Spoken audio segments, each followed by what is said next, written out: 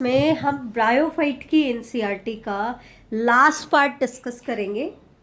Previous classes में हमने discuss किया था ब्रायोफाइट का journal introduction, habitat, plant body, life cycle के बारे में। फिर हमने डिस्कस किया था इसकी इकोनॉमिक इम्पोर्टेंस और लास्ट लेक्चर में हमने लीवर वॉट्स के बारे में पढ़ा था। तो आज हम डिस्कस करेंगे मॉसेस के बारे में बेटा।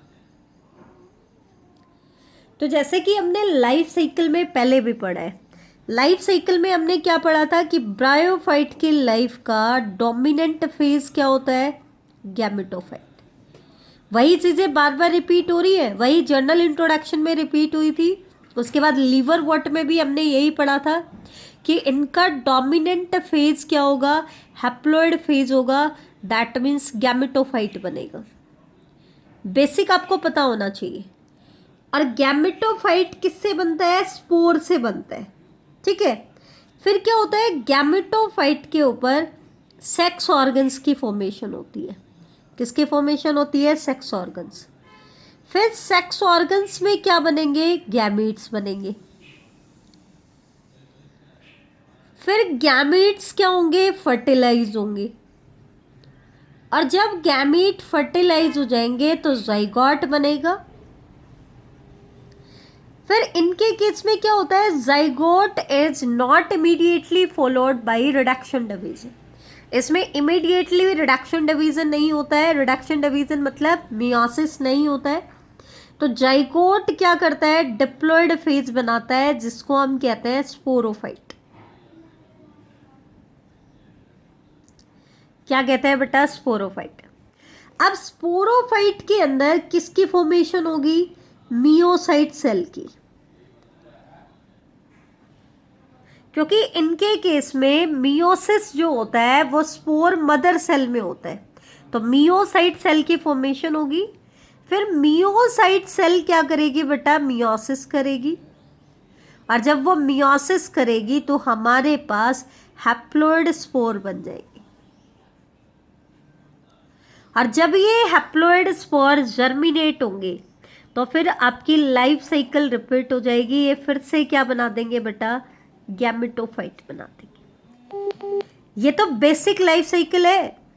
जबकि अगर आप टेरिडोफाइट की बात करोगे तो टेरिडोफाइट का डोमिनेंट फेज होता है स्पोरोफाइट।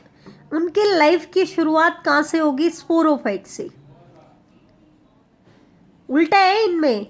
हालांकि दोनों के ही हैप्लॉइड और डिप्लॉइड फेज दोनों मल्टी सेल्यूलर है, लेकिन इनका डोमिनेंट फेज गैमेटोफाइट है, इनका डोमिनेंट फेज क्या होगा, स्पोरोफाइट होगा। इसका मतलब इसमें पहले स्पोर बनेंगे, तो इसका मतलब स्पोरोफाइट में क्या डेवलप होगी, मियोसाइट सेल। फिर मियोसाइट सेल में क्या बनेंगे, मियोसिस होगा और हैप्लॉइड स्पोर बन जाएंगे। स्पोरोफाइट कैसा होता है, डिप्लॉइड फेज होता है, तो मियोसाइट सेल भी कैसी होगी, डिप्लॉइड होगी। मियोसिस हुआ तो हैप्लॉइड स्पोर बन गए। अब स्पोर बनते ही गैमेटोफिटिक फेज शुरू हो जाता है, क्योंकि गैमेटोफिटिक फेज कैसा होता है, हैप्लॉइड होता है। तो ये जर्मिनेट करके क्या बनाएगा, गैमेटोफाइट बनाएगा। सीक्वेंस वही है, लेकिन लाइफ में शुरुआत कहाँ से हो रही है वो वेरी कर रहे हैं। गैमेटोफाइट बनेगा तो गैमेटोफाइट पे क्या बनेंगे, सेक्स ऑर्गन। और सेक्स ऑर्गन्स में किसकी फॉर्मेशन होगी, गैमीट्स की फॉर्मेशन होगी। गैमीट्स क्या करेंगे, फर्टिलाइज करेंगे। फर्टिलाइज करेंगे तो क्या बनेगा, जाइगोट बनेगा। और फिर जाइगोट फिर से क्या कर देगा बेटा, स्पोरोफाइट बना लेगा। तो इस तरीके से दोनों की लाइफ साइकिल मैंने इसलिए आपको साथ में बताई है, ताकि जब हम टेरिडोफाइट करें तो आपको दोनों में डिफरेंस नजर आए। हालांकि दोनों की लाइफ साइकिल हम कह रहे हैं हैप्लोडिप्लॉन्टिक। हैप्लोडिप्लॉन्टिक लाइफ साइकिल का मतलब है कि दोनों की लाइफ में हैप्लॉइड और डिप्लॉइड फेज दोनों के दोनों मल्टी सेलुलर है। मतलब कई सारी सेल हैप्लॉइड है और कई सारी सेल डिप्लॉइड है। जबकि हैप्लॉन्टिक लाइफ साइकिल में क्या होता है, एक सेल को छोड़कर बाकी सभी सेल हैप्लॉइड होती हैं, और वो सेल कौन सी होती है, जाइगोट। जिनकी लाइफ साइकिल डिप्लॉन्टिक होती है उनकी ज़्यादातर सेल डिप्लॉयड होती हैं, लेकिन वन और फ्यू सेल हैप्लॉयड होती हैं। लेकिन इनकी लाइफ साइकिल कैसी है बेटा? हैप्लोडिप्लॉन्टिक। इसलिए इनकी कई सारी सेल हैप्लॉयड है और कई सारी सेल डिप्लॉयड है। लेकिन ब्रायोफाइट और टेरिडोफाइट में डिफरेंस किस चीज में है? इनके डोमिनेंट फेज में। और हमेशा ध्यान रखना, डोमिनेंट फेज क्या होता है? इंडिपेंडेंट होता है। डोमिनेंट फेज क्या होता है? इंडिपेंडेंट होता है। तो इनका गैमेटोफिटिक फेज इंडिपेंडेंट है, इनका स्पोरोफिटिक फेज। फिर आते हैं दूसरे फेज की बात।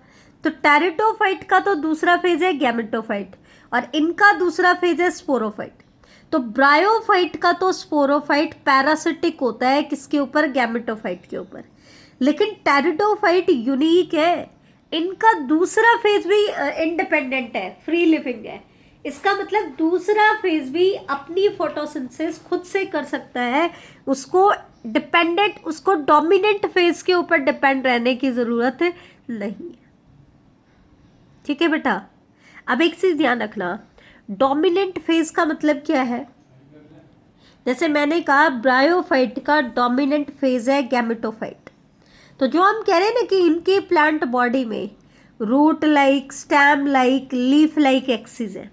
तो अगर मैं कह दूं कि इनकी राइजोइड्स की सेल की प्लोइडी क्या है, तो आपको क्या देखना है कि उसका डोमिनेंट फेज क्या है, उसकी प्लोइडी क्या है। तो इसका डोमिनेंट फेज क्या है? हैप्लॉइड। तो उसकी सेल्स की प्लोइडी क्या होगी? हैप्लॉइड होगी। अगर मैं कह दूं कि इसकी leaf like axis, leaf like appendices की प्लोइडी कितनी होगी? तो हैप्लॉइड होगी, जो उनका डोमिनेंट फेज है वो। लेकिन टेरिडोफाइट में ट्रू रूट, स्टेम और लीफ डेवलप हो जाते हैं। टेरिडोफाइट्स में क्या डेवलप हो जाते हैं? ट्रू रूट, स्टेम और लीफ डेवलप हो जाते हैं। अब मैं टेरिडोफाइट में मैं आपको कहूं कि टेरिडोफाइट की लीफ सेल्स की प्लोइडी कितनी है, तो आप क्या बता दोगे प्लोइडी कितनी है? क्योंकि इनका डोमिनेंट फेज है स्पोरोफाइट और उसकी प्लोइडी है 2n। तो इसकी लीफ सेल्स की भी प्लोइडी क्या होगी? 2n content. अब मेरी बात ध्यान से सुनना, एक और क्वेश्चन कैसे पूछा जाता है, बोल तो देते हैं डिटेल का है, लेकिन एक्चुअल में उसका कॉन्सेप्ट एनसीईआरटी ही होता है। जैसे मैं कह दूं कि टेरिडोफाइट के स्पोर के अंदर 32 क्रोमोसोम है। अब आपको पता है स्पोर की प्लोइडी कैसी है? हैप्लॉइड। दैट मीन्स आपको क्या दे दिया? हैप्लॉइड का क्रोमोसोम नंबर दे दिया। और आपसे पूछ क्या लिया? मैं कह दूं कि इसकी मियोसाइट सेल में कितने क्रोमोसोम होंगे, तो आपको पता है मियोसाइट सेल कैसी है? डिप्लॉइड है। तो जब हैप्लॉइड कंटेंट 32 है तो डिप्लॉइड कंटेंट कितना होगा? 64। आई बात समझ में? या मैं ये कह दूं कि इसके स्पोर के अंदर क्रोमोसोम नंबर है 32, तो इसके गैमीट्स में कितने क्रोमोसोम होंगे? तो आपको पता है स्पोर हैप्लॉइड है, तो हैप्लॉइड कंटेंट दिया है 32 और गैमीट्स भी कैसे होंगे? हैप्लॉइड होंगे। तो गैमीट्स में भी उतने ही क्रोमोसोम होंगे जितने स्पोर में हो। तो इस तरीके से आपको क्वेश्चन सॉल्व करने हैं बेटा। या मैं ये कह दूं कि ब्रायोफाइट की राइजोइड्स की सेल्स में क्रोमोसोम है आपके 16, तो मैं कह रही हूं कि इसके जाइगोट में कितने क्रोमोसोम होंगे? तो आपको पता है इनका जो राइजोइड सेल है वो इसके डोमिनेंट फेज का पार्ट है, और डोमिनेंट फेज क्या है? गैमेटोफाइट। जब तक फर्टिलाइजेशन नहीं हुआ है तब तक सारी की सारी सेल हैप्लॉइड होगी, और फर्टिलाइजेशन सिर्फ कौन करेगा? सिर्फ गैमीट करेंगे। दैट मीन्स इनको छोड़कर इनकी प्लांट बॉडी में डोमिनेंट फेज में जितनी भी सेल्स है वो सारी सेल कैसी होंगी? हैप्लॉइड होंगी।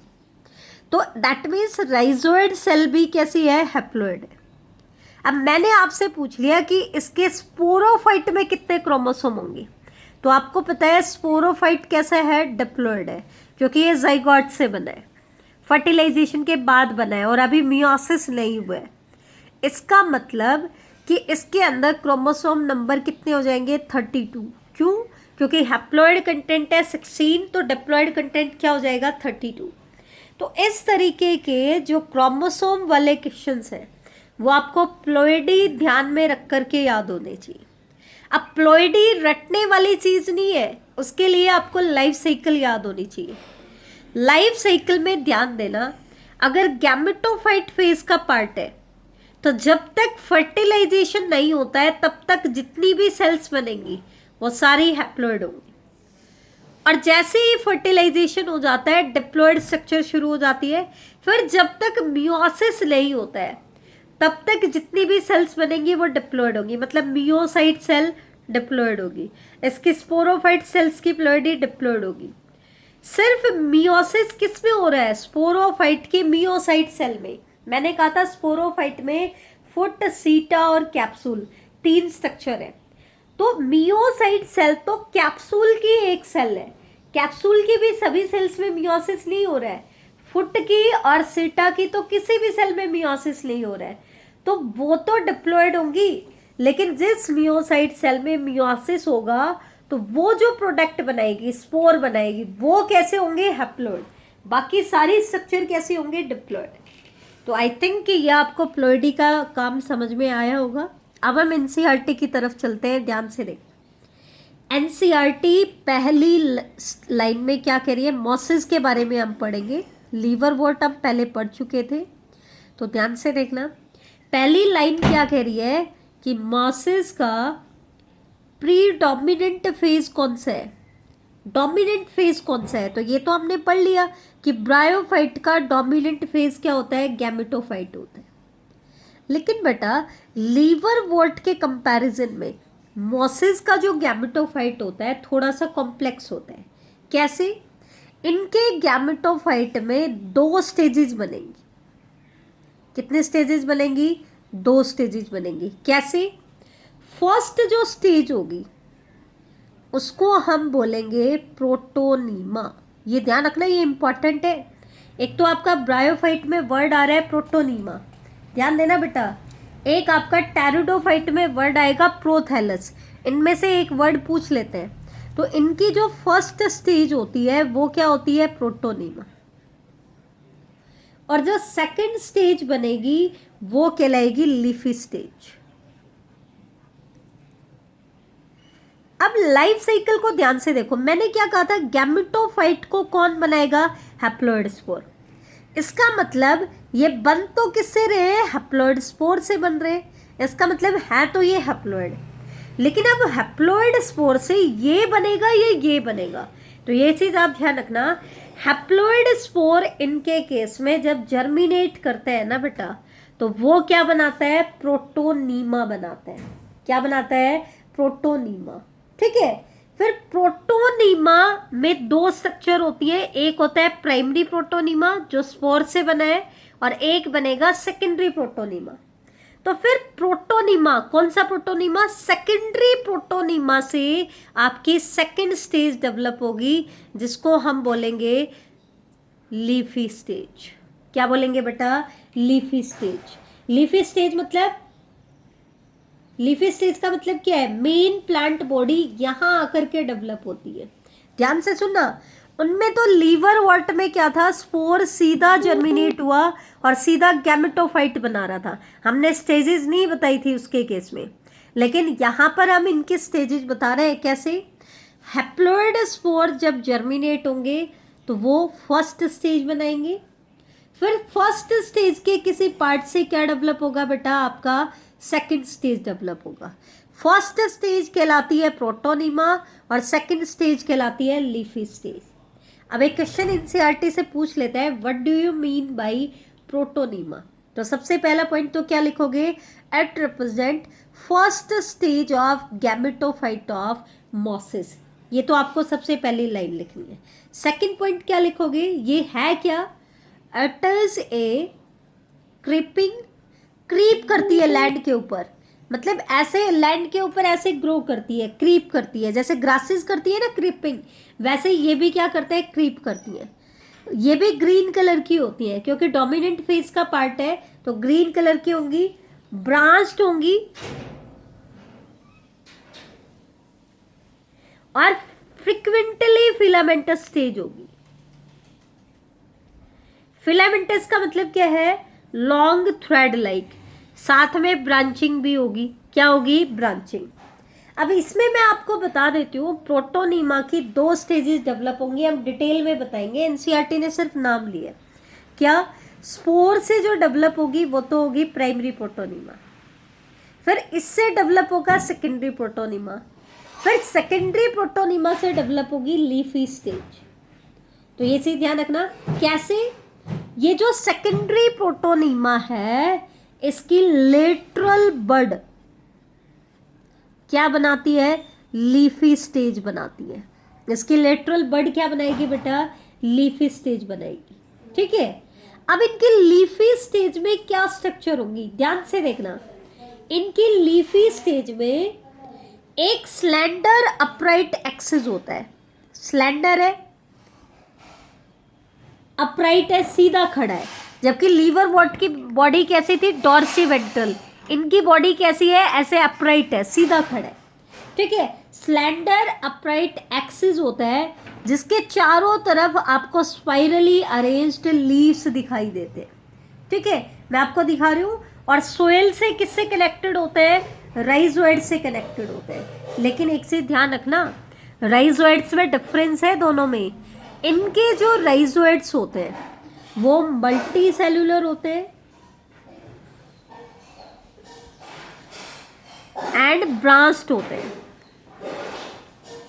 इसका मतलब यूनिसेल्यूलर राइजोइड आपको सिर्फ कहाँ देखने को मिलेंगे? लीवर वॉल्ट में। ध्यान रखना, यह डिफरेंस बनता है लीवर वॉल्ट और मॉसिस में।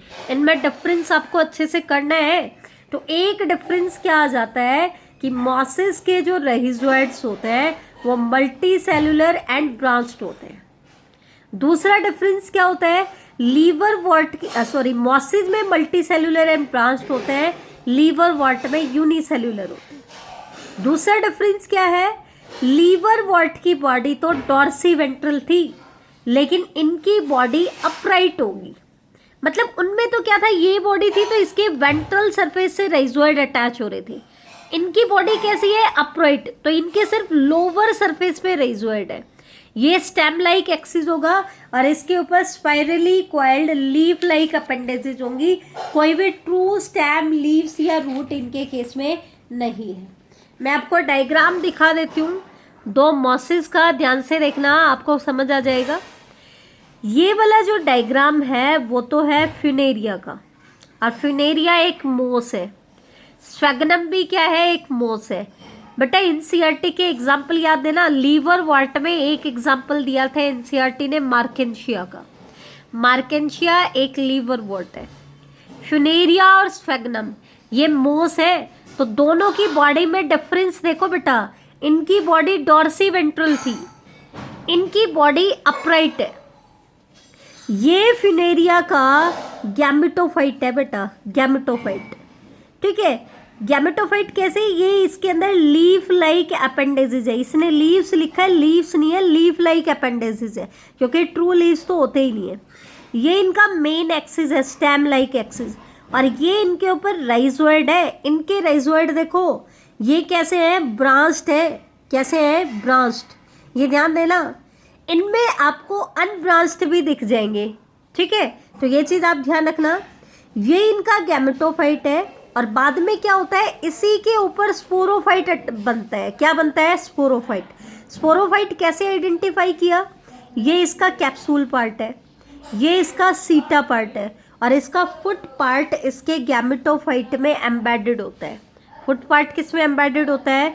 गैमेटोफाइट में एम्बेडेड होता है। तो ये चीज़ आप ध्यान रखना।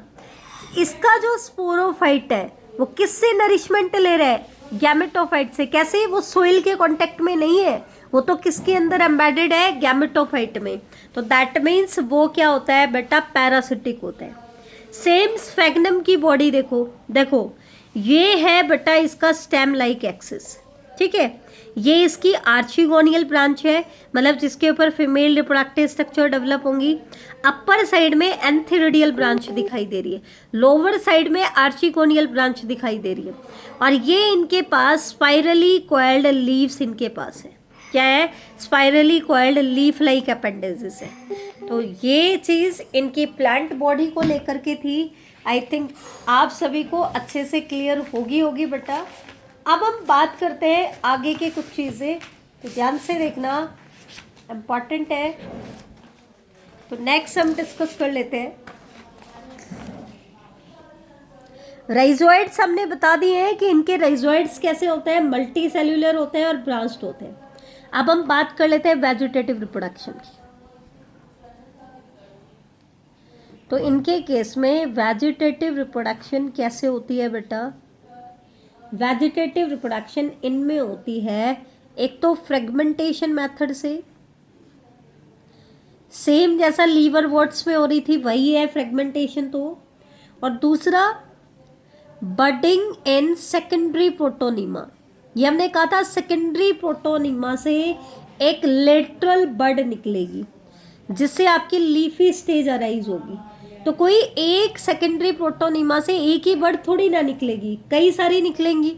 तो ये वेजिटेटिव प्रोपगेशन भी कराता है। तो ध्यान देना, budding in the secondary protonema. दो मेथड बताए लीवर वॉट में, हमने सेकंड मेथड जैमे बताए थे, जैमे। इनके केस में क्या है, सेकेंडरी प्रोटोनीमा से बडिंग होती है, बड बनती है, और बड क्या करेगी, लीफी स्टेज में मॉडिफाई हो जाती है, आपको पता है। अगर हम सेक्सुअल रिप्रोडक्शन की बात करें,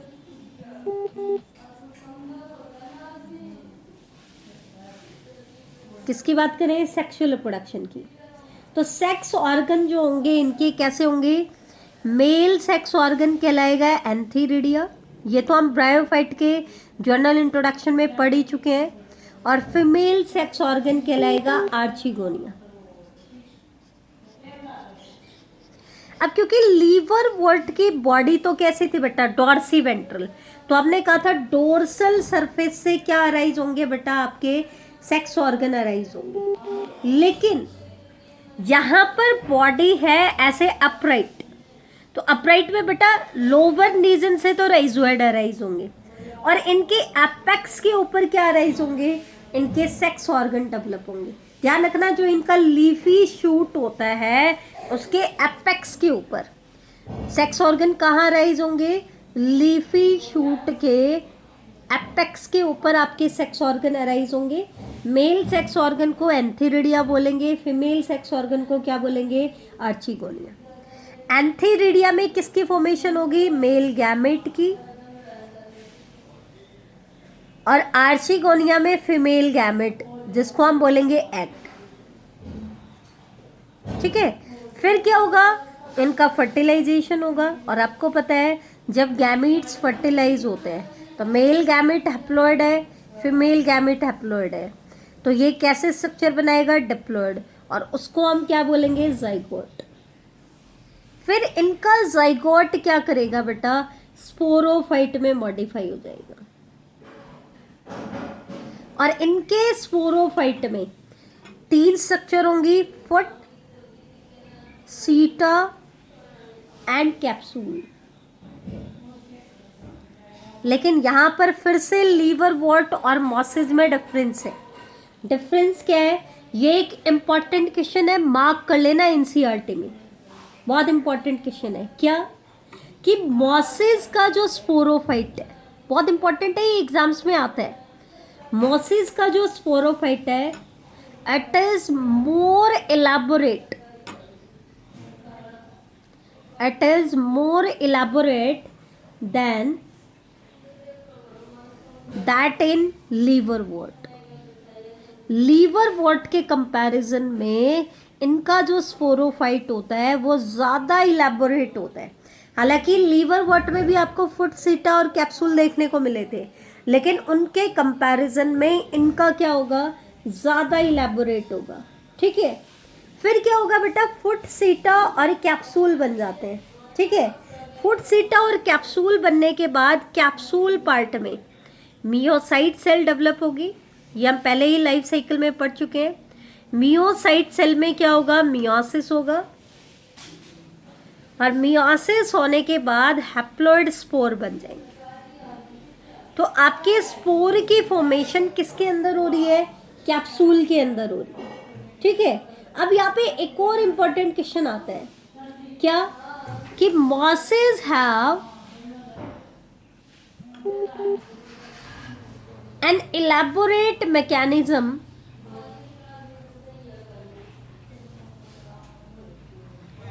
इन elaborate mechanism of spore dispersal.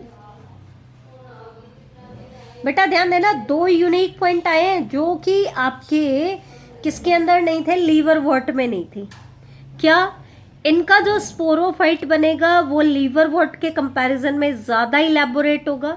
Sporophyte वो स्ट्रक्चर है जिसके अंदर स्पोर बनेंगे, ये ज़्यादा इलैबोरेट है। ये चीज़ बिल्कुल डिफरेंट है। ये क्या कह रहा है, स्पोरोफाइट में स्पोर बन चुके हैं, अब उन स्पोर को डिस्पर्स होना है। तो वो डिस्पर्स कैसे हो?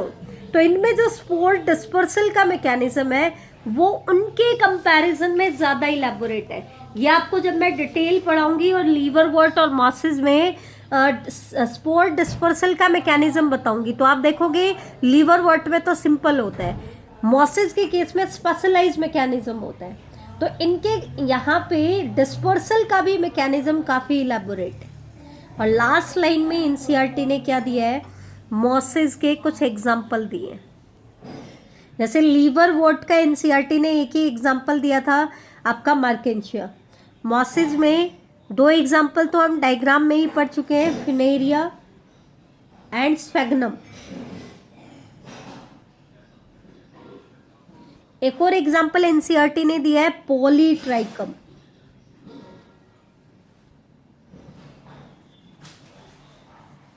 क्या दिया है बेटा, पॉलीट्राइकम। तो फिनेरिया, स्फेग्नम एंड पॉलीट्राइकम ये क्या है बेटा, कुछ मॉसेस के एग्जाम्पल है। ध्यान आया तुम्हें? हमने एल्गी में पढ़ा था आइरिस मोस, आइरिस मोस, और हमने कहा था आइरिस मोस एक मोस नहीं है, ट्रू मोस नहीं है, ठीक है, वो एक एल्गी है। क्या है बेटा, एल्गी है, लेकिन ये ट्रू मॉस है। क्यों? इनके कैरेक्टर ब्रायोफाइट वाले हैं, उनके कैरेक्टर किसके जैसे थे, एल्गी। उनकी लाइफ साइकिल एप्लॉन्टिक थी, इनकी एप्लोडिप्लॉन्टिक है। फर्क है, उनमें जाइगोटिक मियोसिस हो रहा था, यहाँ पर जाइगोट में इमीडिएटली मियोसिस नहीं होता है। दोनों में डिफरेंस है बेटा। तो यहाँ पे आपकी ब्रायोफाइट की एनसीईआरटी कंप्लीट हो जाती है। नेक्स्ट लेक्चर में बेटा हम लोग ब्रायोफाइट की डिटेल को स्टार्ट करेंगे।